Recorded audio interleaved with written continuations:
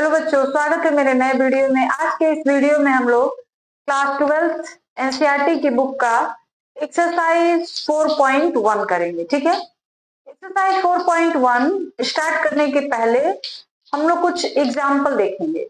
कुछ एग्जाम्पल्स जो है उनको सॉल्व करेंगे, क्योंकि जो बोर्ड का पेपर होता है इंटर का, उसमें ये जरूरी नहीं है कि जो क्वेश्चंस पूछे जाते हैं वो केवल एक्सरसाइज से ही पूछे जाते हैं। क्वेश्चंस जो होते हैं वो एग्जाम्पल के भी हो सकते हैं या फिर एक्सरसाइज के भी हो सकते हैं।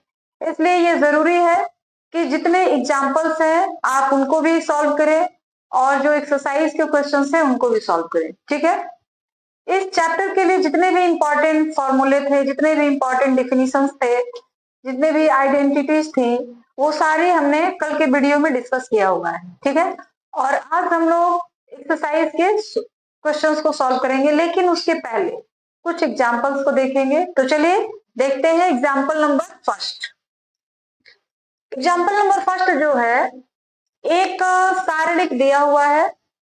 कल हमने आपको बताया था कि सारणिक को दिखाने के लिए या तो इस तरह डेल्टा का प्रयोग किया जाता है या फिर कोई भी capital letter A B C आप कुछ भी यूज कर सकते हैं, या डी टी DET डिटर्मिनेंट जिसको कहते हैं उसका भी आप यूज कर सकते हैं। ठीक है, तो इसका मान निकालना है। मान निकालने का मतलब है कि इसका आप प्रसार करिए, जैसे हम लोगों ने प्रसार करना सीखा था पिछले वीडियो में, उस तरीके से इसका प्रसार करना है। ठीक है, तो प्रसार करने के कई तरीके हैं आपके पास। या तो आप प्रथम पंक्ति, या तो दूसरी पंक्ति, या तो तीसरी पंक्ति, या तो प्रथम स्तंभ, दूसरा स्तंभ या तीसरा स्तंभ, किसी के सापेक्ष आप इसका प्रसार कर सकते हैं। लेकिन प्रसार करने के लिए इस बात का ये ध्यान दिया जाता है कि किस पंक्ति में या किस स्तंभ में ज्यादा से ज्यादा जीरो हो। जिस पंक्ति में या जिस स्तंभ में ज्यादा से ज्यादा जीरो रहते हैं, अगर उस पंक्ति के सापेक्ष या उस स्तंभ के सापेक्ष आप इस सारणी का मान ज्ञात करते हैं तो कम टाइम में आपका जल्दी से सॉल्यूशन निकल जाएगा। ठीक है, तो इस तरह के जो भी सवाल हो, सारणी का आपको प्रसार करना हो या उसका मान निकालना हो, तो आप हमेशा इस बात को ध्यान दीजिएगा कि उस पंक्ति या उस स्तंभ के सापेक्ष प्रसार करिएगा जिसमें ज्यादा से ज्यादा आपको जीरो मिल जाए। आ रही बात समझ में? तो देखिए, इसमें हम लोग किसके सापेक्ष प्रसार करें? जिसमें ज्यादा से ज्यादा जीरो मिले या ज्यादा से ज्यादा 1 मिले, उसी के सापेक्ष प्रसार करना चाहिए। उससे सवाल थोड़ा कम समय में बन जाता है। ठीक है, तो यहाँ हम देख रहे हैं कि जो तीसरा कॉलम है, देखिए इस पूरे को हम लोग कहते हैं C1, कॉलम नंबर 1। इसको हम लोग कहते हैं कॉलम नंबर 2, इसको हम लोग कहते हैं कॉलम नंबर 3। ठीक है, और इसको हम लोग कहते हैं R1, रो नंबर 1, इसको हम लोग कहेंगे रो नंबर 2, और इसको हम लोग कहेंगे रो नंबर 3। यानी इस सारणिक में, इस डिटर्मिनेंट में 3 पंक्ति है और 3 ही स्तंभ है। तो आपको हल करना है, तो आप उस पंक्ति या उस स्तंभ का प्रयोग करिए जिसमें ज्यादा से ज्यादा जीरो हो। देखिए, आपको इस स्तंभ में यानी C3 वाले में आपको ज्यादा से ज्यादा जीरो मिल रहे हैं, तो हम इसी के सापेक्ष प्रसार करेंगे। आप किसी के सापेक्ष प्रसार कर सकते हैं, आपका आंसर आएगा वही, लेकिन बस टाइम की बात हो जाती है, टाइम कम रहता है और आसानी से सॉल्यूशन निकल जाता है। तो इसलिए हम लोग लिखेंगे C3 के सापेक्ष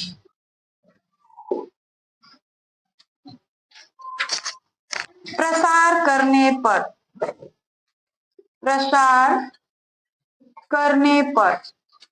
C3 ही क्यों? C3 का मतलब हो गया स्तंभ नंबर 3। स्तंभ नंबर 3 का ही प्रयोग क्यों करेंगे? क्योंकि इसमें हमको 2 जीरो मिल जा रहा है। ठीक है, उसके बाद हमने आपको बताया था कि आपको चिन्ह का भी ध्यान देना है। तो चिन्ह कैसे यूज करते हैं उसके लिए हमने यहाँ एक ऐसा बना दिया हुआ था, plus minus plus minus plus minus plus minus plus. हम तीसरी स्तंभ ले रहे हैं ना, तो हमको इस वाले साइन का प्रयोग करना है। ठीक है, चलिए, तो पहले हम लोग लेंगे 4। तो 4 के आगे क्या रहेगा? प्लस का साइन रहेगा। 4 का मतलब है आप 4 को ले लीजिए और इस तरह से इस तरह से। तो हमारे पास क्या बच रहा है, -1, 3, 4 एंड 1। तो यहाँ पे लिखेंगे -1, 3, 4 एंड 1।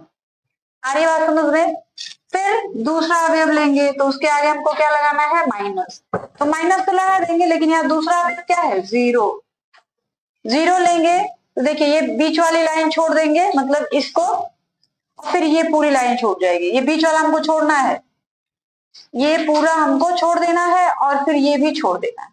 तो क्या बचेगा हमारे पास, 1, 2, 4 एंड 1। ठीक है। फिर अब क्या रहेगा, प्लस। तीसरा अवयव क्या है, 0। तो जब हम इसको लेंगे तो ये तो हर हाल में ही छूटना है। अब इस पूरे को छोड़ दिया जाएगा, तो क्या बचेगा आपके पास, 1, 2, -1 एंड 3। ठीक है। तो अब क्या हो गया, ये देखिए 4, 1 इंटू -1 क्या हो जाएगा, -1। बीच में हमेशा ही माइनस का साइन रखना है, -12। क्लियर है।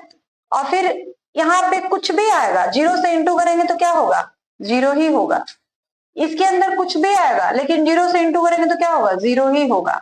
यानी ये कितना हो गया, 4 -32, सॉरी 13, तो कितना हो जाएगा, -52। यानी इस सारणी को हल करेंगे या इसका प्रसार करेंगे तो आंसर कितना आ जाएगा, -2, 52। तो इस तरीके से हमारा एनसीईआरटी की बुक का जो पहला एग्जाम्पल है 4.1 एक्सरसाइज का, वो आपका कंप्लीट हो गया। अब बच्चों हम लोग एग्जाम्पल नंबर 2 करेंगे। और एग्जाम्पल नंबर 2 में हम लोग, ये आपको लिखा हुआ है कि ये सारे जो है कॉलम्स है और ये सारे जो है पंक्तियां हैं। तो हम लोग इसका प्रसार करेंगे प्रथम पंक्ति के सापेक्ष। तो प्रथम पंक्ति हमको चिन्ह क्या क्या लेना पड़ेगा, प्लस माइनस प्लस। ठीक है। तो पहले हम लोग लेंगे 0। 0 लेंगे तो क्या होगा, ये छोड़ देंगे और ये छोड़ देंगे, क्या बचेगा हमारे पास, 0 माइनस साइन बीटा, फिर साइन बीटा और 0। दूसरा माइनस रहेगा तो माइनस साइन अल्फा, लेंगे।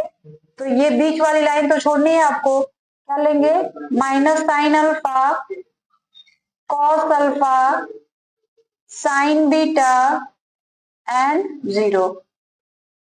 फिर प्लस लेंगे तो यहाँ पे माइनस हो जाएगा, कॉस अल्फा, तो ये हमको छोड़ना पड़ेगा। तो हो जाएगा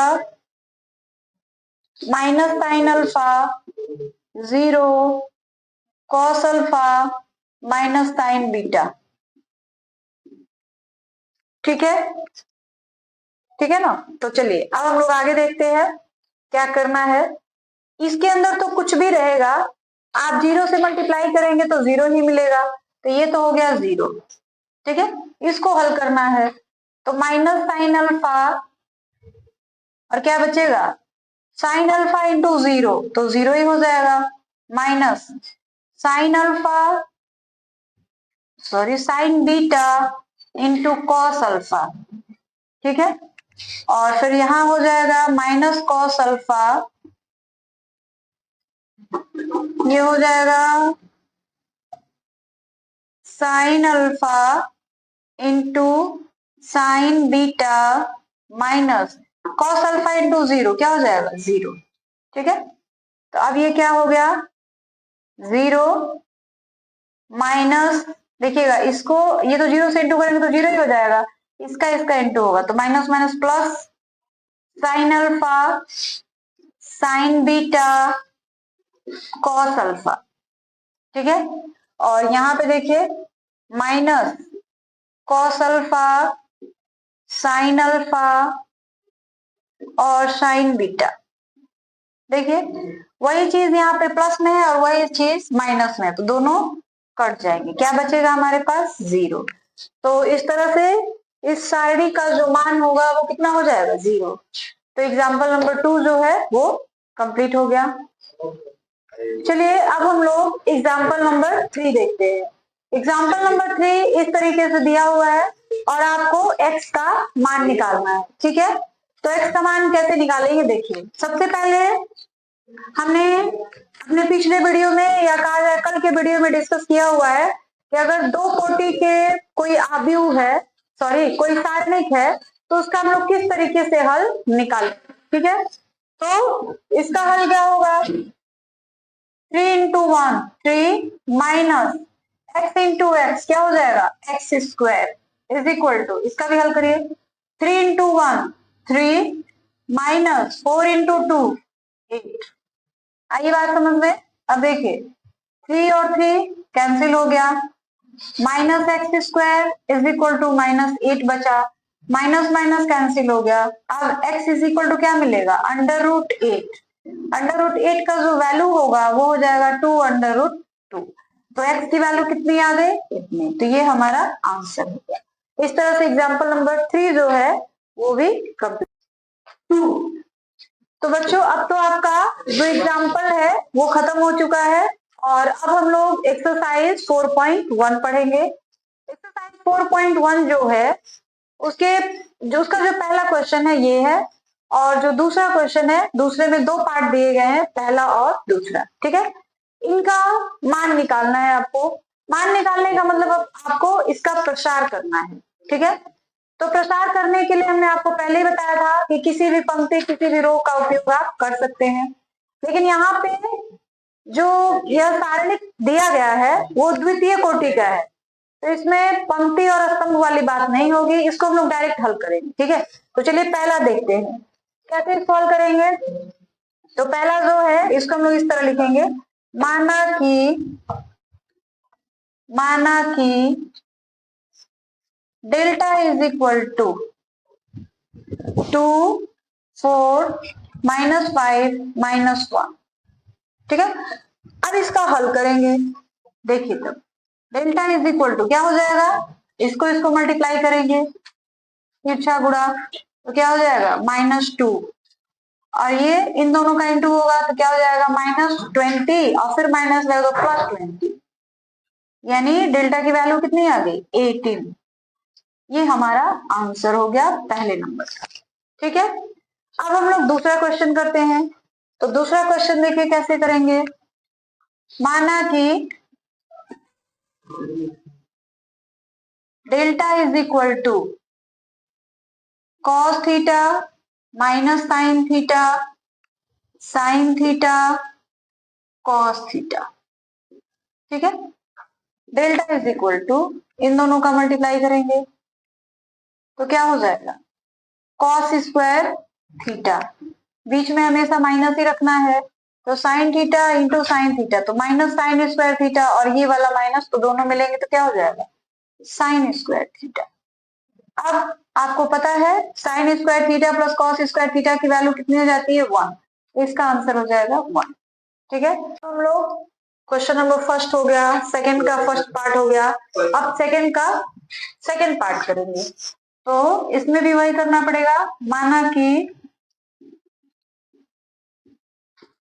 delta is equal to x square minus x plus 1, x plus 1, this is x minus 1 and this is x plus 1। ठीक है, तो डेल्टा इज इक्वल टू हल करेंगे तो क्या होगा, इसका और इसका multiply, x square minus x plus 1 into x plus 1 minus x plus 1 into x minus 1।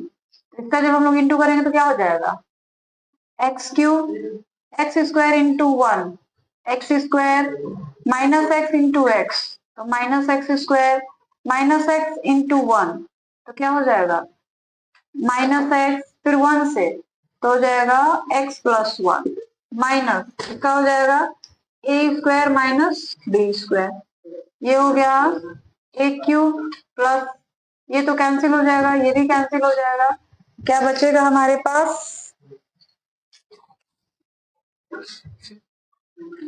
1 minus x square और प्लस 1। ठीक है, ये क्या हो जाएगा x cube minus x square plus 1 plus 2। तो इस तरीके से यह जो है हमारा क्वेश्चन नंबर सेकंड का जो सेकंड पार्ट है उसका आंसर है। तो ये भी कंप्लीट हो गया। बच्चों अब हम लोग क्वेश्चन नंबर 3 देखेंगे कि क्वेश्चन नंबर 3 क्या है। देखिए क्वेश्चन नंबर 3 में अभी जो है यह एक आव्यूह दिया गया है, आव्यूह में इतना दिया गया है, तो दिखाइए कि mod of 2a is equal to 4 of mod a, क्या दोनों की वैल्यू जो है बराबर आ रही है? तो सबसे पहले हम लोग दिया हुआ है a बराबर क्या दिया है 1 2 4 2, ठीक है, इस तरीके से दिया है। तो हम लोग इसका मॉड ए निकालते हैं। मॉड ए का मतलब है इसको आप हल कर लीजिए कि कितना आ रहा है, तो कितना आएगा 2 माइनस 8 यानी कितना हो जा रहा है -6। मॉड ए की वैल्यू यानी डिटर्मिनेंट ऑफ ए की वैल्यू कितनी आ जा रही है आपके पास -6, मॉड ए का मान आ रहा है, ठीक है। उसके बाद आपको क्या करना है, जो आव्यूह दिया गया है उसमें 2 से मल्टीप्लाई कर लीजिए, 2a निकालिए, 2a, तो a की वैल्यू कितनी है हमारे पास, ये है a की वैल्यू, 2a की वैल्यू क्या हो जाएगी 2 4 8 एंड 4, ये 2a की वैल्यू हो गई, ठीक है। a का मान दिया हुआ था उसमें हमने क्या किया 2 से इंटू कर दिया, तो 2a का मान ये हो गया, हरी बात समझ में। अब मॉड ऑफ 2a यानी इसका मॉड यानी इसका सारणिक बना के हल करिए, तो मॉड ऑफ 2a कैसे लिखेंगे वो देख लीजिए इस तरीके से, और इसका फिर हम लोग मॉड निकालेंगे 2 4 8 4, तो क्या हो जाएगा निकालेंगे तो 8 माइनस 4 8 32, तो ये कितना हो गया -24, ठीक है, हो गया। अब इसको आप इस तरह लिख सकते हैं 6 -6 नहीं 4 इंटू मॉड ऑफ ए, देखिए 4 इंटू मॉड ऑफ ए की वैल्यू आ गई है -6, और हमने जो 2a की वैल्यू निकाली थी उसका भी मान आ गया है -24, तो मॉड ऑफ 4 ऑफ मॉड ए यानी मॉड ए का मान निकालिए, उसको 4 से मल्टीप्लाई करिए, तो इन दोनों की वैल्यू जो होनी चाहिए क्या होनी चाहिए, सेम होनी चाहिए। तो देखिए थोड़ा सा यहाँ पे करते हैं इसको, 4 इंटू मॉड ए का मान कितना मिला हुआ है हमको, मॉड ए का मान मिला है -6, यानी ये कितना आ जा रहा है -24, अतः mod of 2a is equal to 4 into a, शुद्ध हुआ।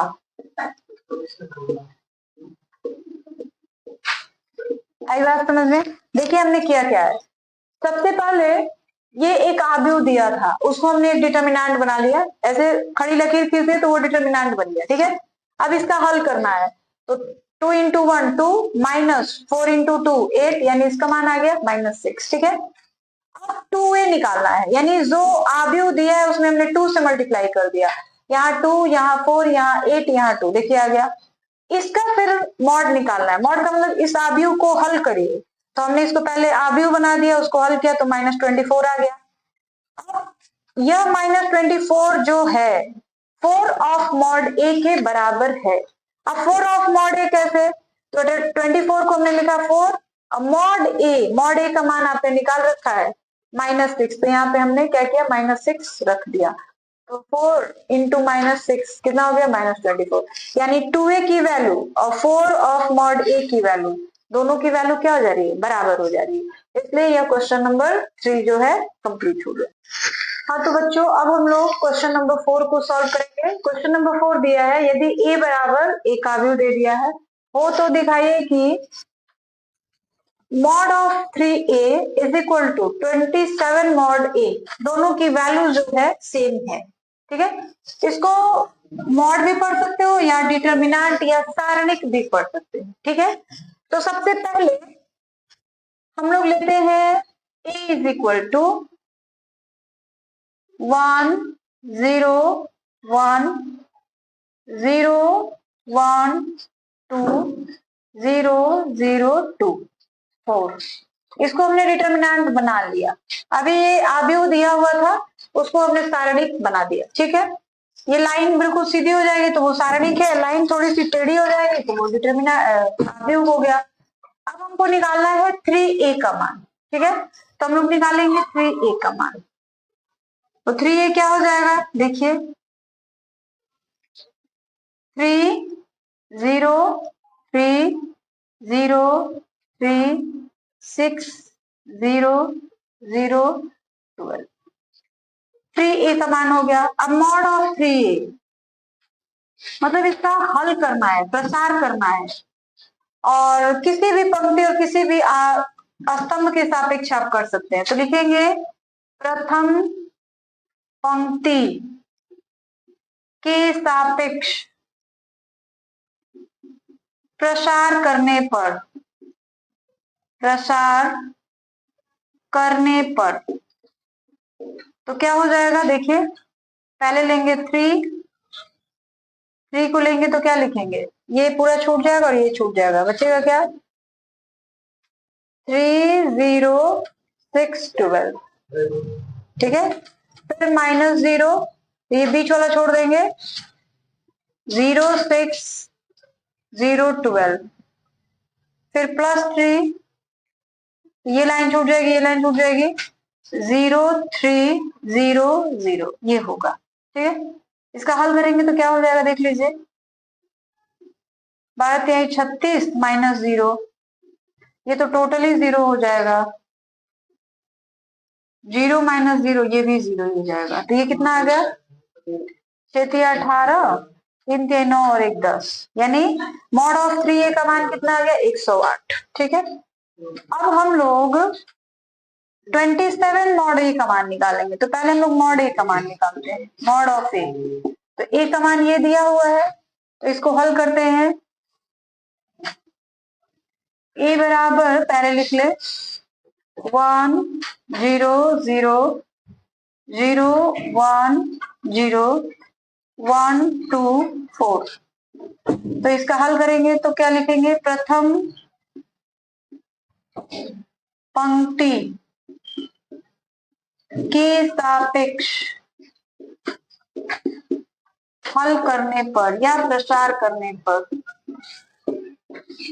ठीक है, तो क्या हो जाएगा, मॉड ए बराबर 1 लेंगे तो 1 4 सॉरी 1 0 2 4, -0 लेंगे तो 0 0 2 4, +1 लेंगे तो 0 0 1 0 0 0 1 0।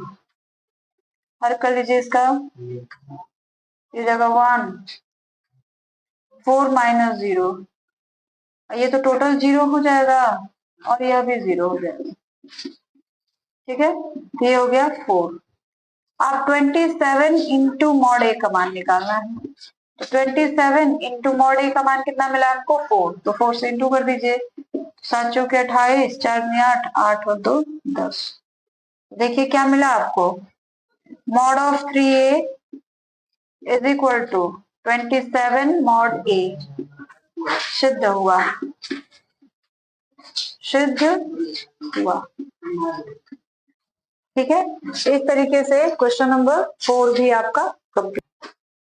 चलिए बच्चों, अब हम लोग क्वेश्चन नंबर 5 देखते रहे। क्वेश्चन नंबर 5 क्या है, सारणी 4 आपको दिए गए हैं और चारों का मान निकालना है। तो आपको पहले हम बता चुके हैं कि सारणी का जो हल करते हैं, मान निकालते हैं, उसका प्रसार करना होता है। ठीक है, और किसी भी पंक्ति और किसी भी स्तंभ के सापेक्ष आप प्रसार कर सकते हैं। तो चलिए हम लोग देखते हैं, लिखेंगे माना कि डेल्टा इज इक्वल टू 3 -1, या ऐसा करते हैं, इसी को मान लेते हैं, डेल्टा इज इक्वल टू, ठीक है, प्रथम नहीं, द्वितीय पंक्ति, या चलिए प्रथम पंक्ति के सापेक्ष हल करने पर आप किसी भी पंक्ति के सापेक्ष कर सकते हैं। तो क्या हो जाएगा, डेल्टा इज इक्वल टू 3 0 -5 -1 0, फिर -1 और यहाँ भी माइनस है तो +1 हो जाएगा ये, और +1 होगा तो इसको हम लोग छुपा देंगे, ऊपर वाला तो छोड़ना ही है।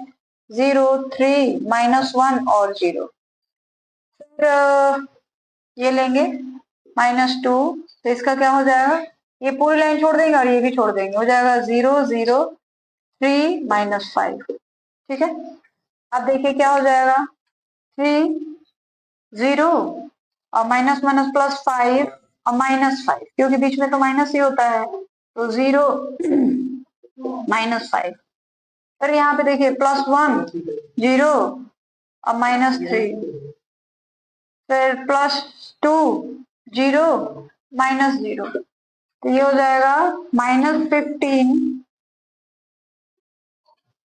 देखिए 3 इंटू 0 0, और 3 इंटू -5 -15, यहाँ पे आ जाएगा कितना, -3। तो इसका आंसर कितना हो जाएगा, फिर हमको देख लीजिए, पहले फिर से एक बार चेक कर लेते हैं। 0 -5 -1 0, फिर 1 लेंगे तो 0 3 -1 0, 2 लेंगे तो +2 हो जाएगा, तो वो हो जाएगा 0 0 3 -5, तो ये हो गया 0 और माइनस माइनस प्लस, फिर माइनस, तो -5 ही रह जाएगा, तो -15, और इसका हो जाएगा माइनस माइनस प्लस हो जाएगा, यहाँ पे ये प्लस हो जाएगा, यानी इसका आंसर कितना आ जाएगा, -12।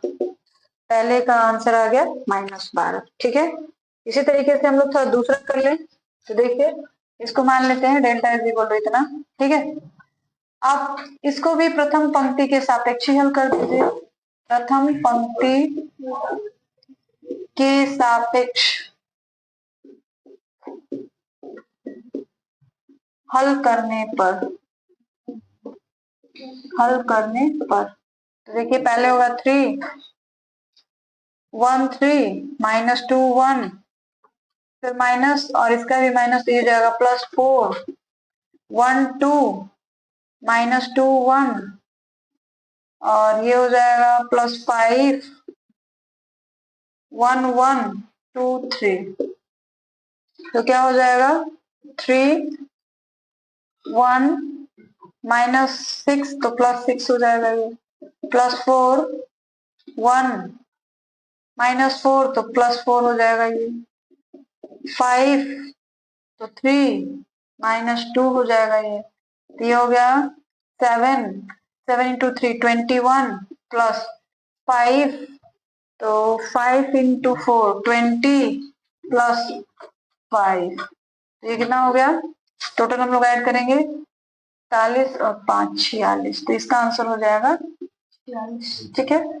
इसी तरीके से क्वेश्चन नंबर 3 देखते हैं। डेल्टा इज इक्वल टू इतना हमने मान लिया, लिखेंगे प्रथम पंक्ति के सापेक्ष हल करने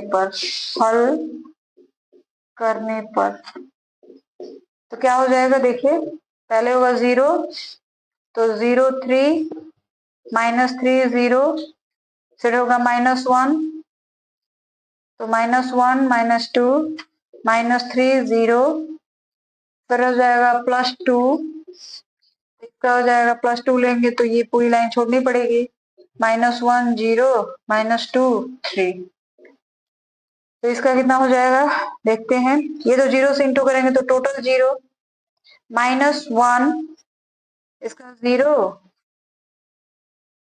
प्लस, तो -6 इसका +2 -3 -0, तो ये हो गया +6, और यहाँ हो जाएगा -6, मतलब इसका आंसर आ गया 0। ठीक है, तो क्वेश्चन नंबर 3 का जो है इसका मान आ जाएगा 0। अब हम लोग 4th करते हैं, इसको भी हम लोग मान लेंगे डेल्टा इज इक्वल टू इतना दिया हुआ है और फिर लिखेंगे प्रथम पंक्ति के सापेक्ष प्रसार करने पर ठीक है। तो करेंगे तो क्या होगा, पहले होगा 2, तो ये हो जाएगा 2 - 5 - 1 0, फिर -1 तो ये प्लस हो जाएगा क्योंकि यहाँ भी -3 रहेगा, तो इसका हो जाएगा +1 0 3 -1 0 और फिर -2 लेंगे तो हो जाएगा 0 3 2 -5, तो ये हो गया 2 0 -5 +5 माइनस हो जाएगा, बीच में माइनस रहता है तो -5, उसके बाद 0 और माइनस +3, फिर -2 0 और -6, तो ये हो गया -10 +3 और माइनस +12, 12 3 15, 15 में से 10 गया 5, यानी इसका मान आ गया 5, डेल्टा की वैल्यू आ गई 5, ठीक है। और इसका डेल्टा की वैल्यू आ गई 46, यहाँ पे डेल्टा की वैल्यू आ गई 0 और यहाँ पे डेल्टा की वैल्यू आ गई -12। तो इस तरीके से क्वेश्चन नंबर 5 के 4 पार्ट थे और हमारा चारों पार्ट जो है वो कंप्लीट हो चुका है।